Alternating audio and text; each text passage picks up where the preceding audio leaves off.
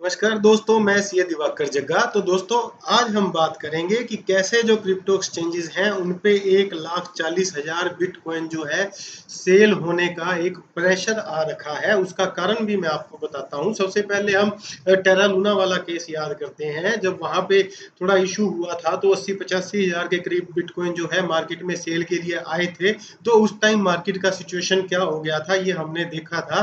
तो दोस्तों सोचिए, अगर 1,40,000 बिटकॉइन अगर मार्केट में एक साथ बिकेगा तो उस टाइम जो है मार्केट की क्या सिचुएशन होने वाली है। आइए इसको डिटेल में अब इसका एनालिसिस करते हैं कि सिचुएशन है क्या।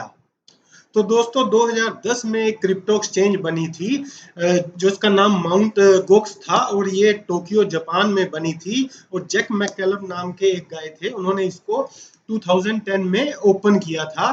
तो उस टाइम ये एक बहुत बड़ी क्रिप्टो एक्सचेंज थी। उस टाइम की बाइनेंस थी, आप ये समझ सकते हैं, क्योंकि टोटल क्रिप्टो मार्केट का 70% जो ट्रेडिंग था वो इस एक्सचेंज पे होता था। तो ये देखिए, ये उस टाइम की सबसे बड़ी एक्सचेंज थी। तो दोस्तों, 2011 में जैक मैककेलम जो थे, इन्होंने ये जो क्रिप्टो एक्सचेंज थी उसको मार्क गैरेबलस को बेच दिया था, जो कि आई थिंक रशिया बेस्ड थे। तो 2014 में जब एकदम से बेयर मार्केट आया, पिछला बुल मार्केट जो है खत्म हुआ था और मार्केट डाउन ट्रेंड में थी। जो आज की सिचुएशन है वही सिचुएशन उस टाइम थी। तो गैरेबलस जो है वो इस मार्केट के इस क्रिप्टो एक्सचेंज के सीईओ थे और वो इस जो है एक्सचेंज को देख रहे थे। तो उस 2014 में ये एक्सचेंज एकदम से बंद हो गई और मार्केट में लोगों में एकदम से पैनिक फैल गया। तो उसका जो कारण है अभी किसी को समझ नहीं आ रहा था। और इतने में एक डॉक्यूमेंट जो है वो क्रिप्टो एक्सचेंज से, माउंट गोक्स से लीक हुआ, जिसमें ये पता चला कि जो है ये एक्सचेंज जो है हैक हो गई है और यहाँ से तकरीबन 7,45,000 बिटकॉइन जो है वो चोरी हो गए हैं। तो ये सिचुएशन जैसे ही मार्केट में आई दोस्तों, मार्केट का बुरा हाल हो गया। जितने भी इन्वेस्टर थे वो सारे जो है वो बुरी तरह परेशान हो गए। और दोस्तों, उसी टाइम माउंट गोक्स जो एक्सचेंज क्रिप्टो एक्सचेंज थी, उन्होंने बैंकरप्सी के लिए फाइल कर दिया। उससे और ज्यादा जो है क्रिप्टो एक्सचेंजेस में इन्वेस्टर्स में एक पैनिक फैल गया था। और उसके बाद जो है इसमें कोर्ट केस शुरू हो गया, इसमें बहुत जो है प्रॉब्लम शुरू हो गई। तो उसके बाद इन्वेस्टर्स ने भी बहुत यहाँ पे प्रदर्शन किए और लोग सड़कों पे उतर आए थे, जितने भी माउंट गोक्स के इन्वेस्टर थे। तो इसी बीच एक अच्छी खबर ये आई कि जो माउंट गोक्स के सीईओ थे या जो माउंट गोक्स क्रिप्टो एक्सचेंज थी, उनको एक कोल्ड स्टोरेज डिवाइस मिल गया, जैसे आज के टाइम में चलते हैं, जो पेन ड्राइव टाइप का होता है। तो उसमें तकरीबन 2 लाख बिटकॉइन जो इस एक्सचेंज के थे वो बचे हुए थे। तो ये जो इन्वेस्टर जो सब कुछ अपना खो चुके थे, उनके लिए एक उम्मीद की किरण जागी कि चलो कुछ तो है जो हमें रिकवर हो सकता है। तो ये 2 लाख के करीब जो बिटकॉइन है वो रिकवर हुए। तो अब दोस्तों, मार्केट कोर्ट्स में इसका केस चल रहा था और 2 लाख जो बिटकॉइन है उसकी उसको एटलीस्ट जो है इन्वेस्टर में जो है बांटा जा सकता था। तो इन 2 लाख में से कुछ खर्चों को रिकवर करने के लिए और कुछ और जो है एक्सपेंसेस वगैरह थे उनको पूरा करने के लिए 2018 में तकरीबन 39,000 38,000 समथिंग के करीब, 39,000 के करीब जो है बिटकॉइन इसमें से बेच दिए गए। और उसके बाद आज जो बिटकॉइन आज की डेट में अगर हम बात करें तो उनमें से 1,40,000 बिटकॉइन जो है वो बचे हुए हैं।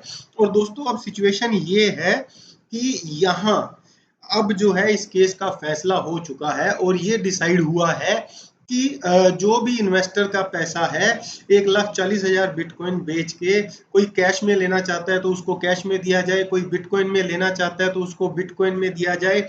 और उसके अलावा तब से लेके अब तक बिटकॉइन के बहुत सारे हार्ड फोक भी हुए हैं।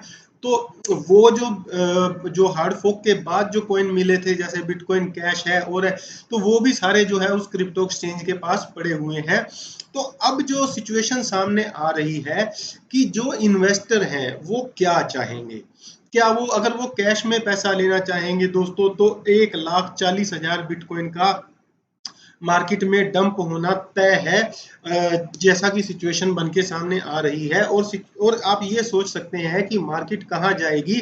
जब टेरा लूना के केस में 80-85 हज़ार बिटकॉइन बिके थे तो मार्केट का सिचुएशन इतना डाउन चला गया था। और अगर आज 1,40,000 बिटकॉइन बिकता है तो मार्केट जो है वो कहाँ जाके गिरेगी। तो ये जो सिचुएशन है इस टाइम दोस्तों सामने बन के आ रही है। और ये जो 1,40,000 बिटकॉइन है, ये रफली टोटल जो आज के टाइम में क्रिप्टो एक्सचेंजेस है उसके टोटल वॉल्यूम का 8.8% बैठता है, रफली 9% बैठता है। और अगर हम इसके प्राइस की बात करें तो आज के टाइम में इसका जो प्राइस है वो यूएसडी में 3 बिलियन, और अगर आईएनआर में बात करें दोस्तों तो 24,000 करोड़ रुपया बैठता है। इतने पैसे का अगर बिटकॉइन मार्केट में डंप होगा तो मार्केट जो है बहुत ही बैड सिचुएशन में जा सकती है। तो दोस्तों लेट्स क्रॉस द फिंगर्स, देखते हैं क्या होता है इसमें। होपफुली कुछ ठीक हो जाए, कुछ अच्छा हो जाए, तो उसमें इंतजार करेंगे कि अब जो है इन्वेस्टर क्या डिसीजन लेते हैं। कुछ ये भी इन्वेस्टर होंगे, कुछ ऐसे भी इन्वेस्टर होंगे जो बिटकॉइन के बदले बिटकॉइन ही लेना चाहेंगे और अपने पास उसको रखना चाहेंगे। अगर ऐसा कोई सिचुएशन बनता है तो उस केस में जो है जितने भी इन्वेस्टर बिटकॉइन लेना चाहेंगे या बिटकॉइन कैश लेना चाहेंगे, उतने से मार्केट का जो डंप है वो रुक जाएगा। अदरवाइज अगर हाइपोथेटिकली अगर ये मान लिया जाए कि सब कैश में मांगेंगे, तो उस केस में, जो कि कैश में मांगना एक बहुत ही मेरे को एक इम्पॉसिबल सी बात लग रही है, क्योंकि जैसा उस टाइम अगर हम बात करें तो बिटकॉइन 1,000 यूएस डॉलर के आसपास चल रहा था और आज 21,000 यूएस डॉलर चल रहा है। तो जो जो इन्वेस्टर ने इतना राइज देखा है, ये 50,000 60,000 यूएस डॉलर तक भी गया था, तो होपफुली वो इसको जो है बिटकॉइन में ही लेना चाहेंगे, मेजोरिटी, ये मेरा मानना है। लेकिन अगर बहुत सारे इसको कैश में लेते हैं दोस्तों, तो मान के चलिए कि सिचुएशन जो है वो बड़ी खतरनाक होने वाली है। और ये डंप जो है वो अगस्त 2022 में नेक्स्ट मंथ में आ सकता है, ऑल्दो वेरी अनलाइकली। तो दोस्तों जुड़े रहो क्रिप्टो की अथेंटिक जानकारी के लिए। धन्यवाद।